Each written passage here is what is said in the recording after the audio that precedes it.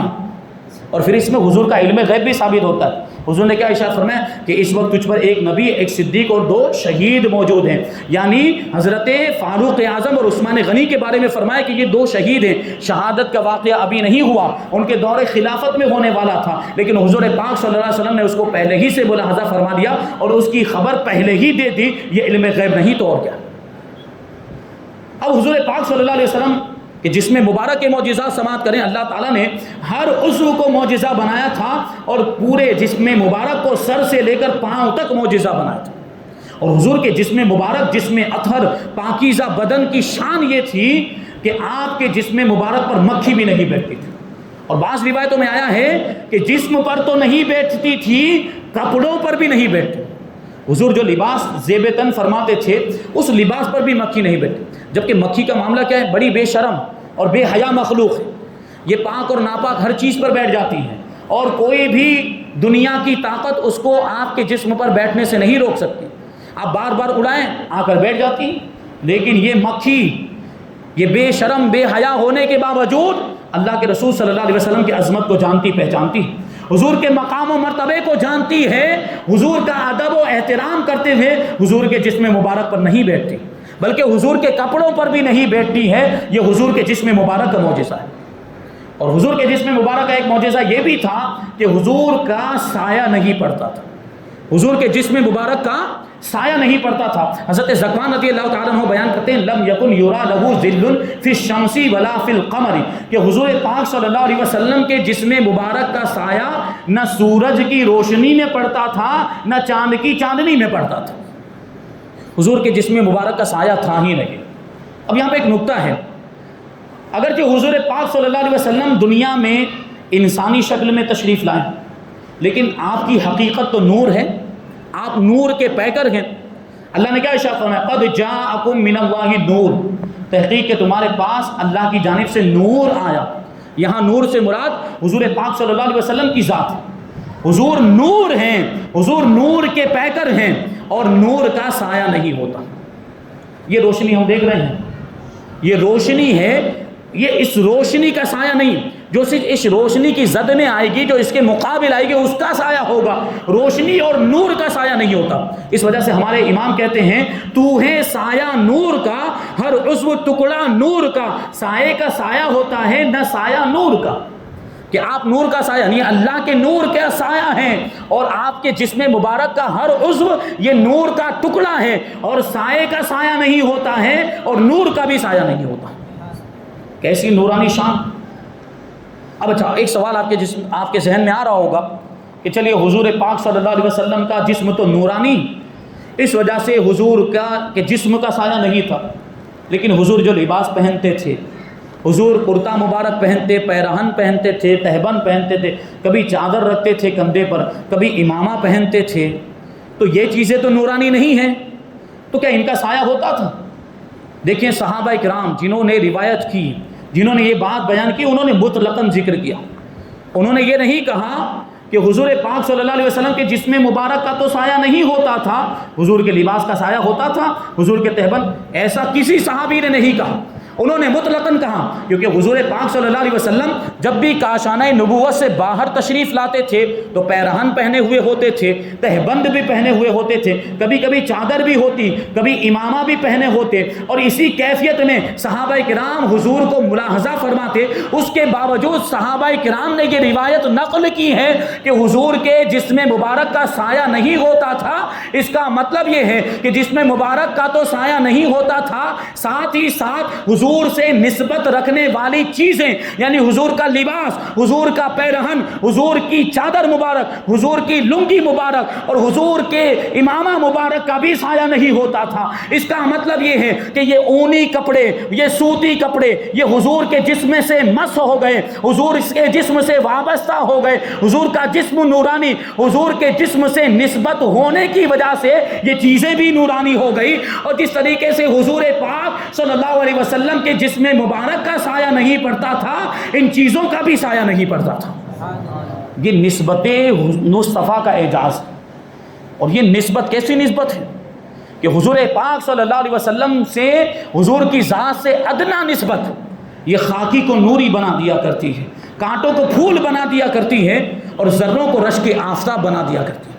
یہ حضور کے نور کا اور حضور کے جسم مبارک کا عالم ہے۔ اور آپ دیکھیں یہ حضور، پتہ کیا چلا کہ جو چیز حضور سے نسبت رکھتی وہ بھی نورانی ہو جاتی۔ حضور کا لباس بھی نورانی ہو گیا، پیرہن، کرتا اور تہبند، امامہ شریف، اور کبھی کبھی عصا مبارک ہاتھ میں لیتے، کبھی نالین مبارک پہنتے، تو یہ سب چیزیں بھی نورانی ہو گئی حضور کے جسم سے وابستہ ہونے کی وجہ سے۔ اور اب غور کریں، یہ چادر جو یا تو سوت کاٹن سے بنی ہوگی یا اون سے بنی ہوگی، لیکن حضور سے نسبت ہو جانے کی وجہ سے نورانی ہو گئی، اور ایسی نورانی ہو گئی کہ اگر کسی کے سر پہ پڑ جائے تو وہ خود بھی نورانی ہو جائے۔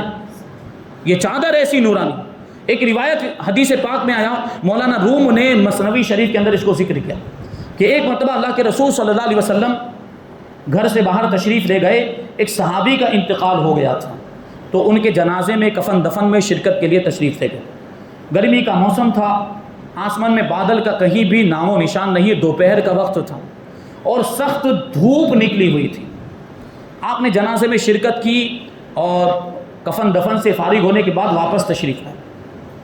کاشان نبوت میں داخل ہوئے ام المؤمنین حضرت عائشہ صدیقہ رضی اللہ تعالی عنہا نے جیسے ہی حضور پاک صلی اللہ علیہ وسلم کو دیکھا، استقبال کے لیے کھڑی ہو گئی، قریب گئی اور حضور پاک صلی اللہ علیہ وسلم کے جسم مبارک کو ٹٹولنے لگی۔ ایسا معلوم ہوتا تھا کہ کوئی چیز تلاش کر رہی۔ اللہ کے رسول صلی اللہ علیہ وسلم نے پوچھا، اے عائشہ کیا تلاش کر رہی ہو، کیا ڈھونڈ رہی ہو؟ ام المؤمنین حضرت عائشہ صدیقہ رضی اللہ تعالیٰ عنہ نے عرض کیا، یا رسول اللہ صلی اللہ تعالیٰ علیہ وسلم، باہر اتنی موسلا دھار بارش ہو رہی ہے، اتنی تیز بارش ہو رہی ہے، آپ اتنی تیز بارش میں سے ہو کر تشریف لائے ہیں لیکن اس کے باوجود آپ کے کپڑے بھیگے نہیں ہیں۔ مجھے اس پر تعجب ہو رہا ہے کہ موسلا دھار بارش ہونے کے باوجود، غور کرنے کی ضرورت ہے، بارش ہو نہیں رہی تھی، باہر تو دھوپ نکلی ہوئی تھی، آسمان میں بادل کا نام و نشان نہیں تھا، لیکن ام المؤمنین کیا فرما رہی؟ ام المؤمنین اللہ کے رسول کی بارگاہ میں عرض کر رہی، یا رسول اللہ آپ تیز بارش میں سے ہو کر تشریف لا رہے ہیں لیکن اس کے باوجود آپ کے کپڑے بھیگے کیوں نہیں ہیں اور جسم مبارک پر بھی بارش کا اثر کیوں موجود نہیں ہے؟ یہ ام المؤمنین ارشاد فرما رہی تھی، اگر کوئی دنیا کی دوسری خاتون ہوتی تو اس کو جھٹلایا جا سکتا تھا، اس کو جھوٹا کہا جا سکتا تھا، لیکن یہ ام المؤمنین ہے جن کا لقب ہے صدیقہ اور جن کے والد کا لقب ہے صدیق اکبر۔ ان کے گھر میں جھوٹ کا گزر ہی نہیں ہو سکتا تھا، ان کے تعلق سے کوئی جھوٹ کا وہم ہی نہیں کر سکتا تھا اور جھوٹ کا گمان بھی نہیں کر سکتا تھا۔ اسی وجہ سے اللہ کے رسول صلی اللہ علیہ وسلم نے یہ نہیں فرمایا کہ اے عائشہ تم کیا کہہ رہی ہو، بارش تو نہیں ہو رہی، باہر تو دھوپ نکلی ہوئی ہے، سخت گرمی ہے اور آسمان میں بادل کا نام و نشان نہیں۔ حضور نے یہ ارشاد نہیں فرمایا کیونکہ حضور بھی جانتے تھے کہ میری زوجہ، میری محبوبہ صدیقہ کہہ رہی ہے تو ضرور اس میں کوئی راز ہوگا۔ اللہ کے رسول صلی اللہ علیہ وسلم نے پوچھا، اچھا ٹھیک ہے، یہ بتاؤ کہ آج تم نے لباس کیا پہنا ہوا ہے، کس چیز کو تم نے لباس بنایا ہوا ہے، کون سا کپڑا پہنا ہوا ہے؟ ام المؤمنین حضرت عائشہ صدیقہ رضی اللہ تعالیٰ عنہ عرض کرتی ہیں، یا رسول اللہ صلی اللہ تعالیٰ علیہ وسلم، آج میں نے آپ کی چادر مبارک کو اپنے سر کا دوپٹہ بنایا ہوا ہے۔ حضور پاک صلی اللہ علیہ وسلم نے ارشاد فرمایا، یہ اسی چادر کی برکت ہے، یہ اسی نورانی چادر کی برکت ہے۔ اس چادر کو تم نے جب اپنے سر کا دوپٹہ بنایا تو تمہاری آنکھیں بھی نورانی ہو گئی اور تمہاری آنکھیں ایسی روشن اور منور ہو گئی کہ تم نے عالم غیب میں ہونے والی انوار و تجلیات کی بارش کو دیکھ لیا۔ وہ بارش دنیا کی بارش نہیں تھی، وہ برسا کی بارش نہیں تھی، بلکہ عالم غیب میں ہونے والی انوار کی بارش تھی۔ اس کا بادل کوئی اور تھا اور اس کا آسمان بھی کوئی اور تھا۔ اب غور کریں، ام المؤمنین رضی اللہ تعالی عنہا نے جب حضور پاک صلی اللہ علیہ وسلم کی چادر کو اپنے سر پہ رکھا تو ان کی آنکھیں نورانی ہو گئی، ایسی روشن اور منور ہو گئی کہ عالم غیب میں ہونے والی انوار و تجلیات کی بارش کو انہوں نے ملاحظہ کر لیا۔ اب ہم کہتے ہیں ان لوگوں کو جو حضور کے علم غیب کا انکار کرتے ہیں، کہاں ہیں حضور کے علم غیب کا انکار کرنے والے؟ کیا یہ حدیث انہوں نے نہیں پڑھی؟